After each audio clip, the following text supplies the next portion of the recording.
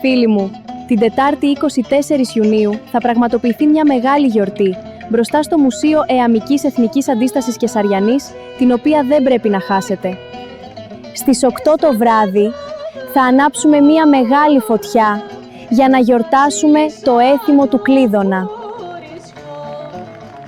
Θα ακολουθήσει παραδοσιακό γλέντι με την εξαιρετική μας Βιβί Μπουτσελά.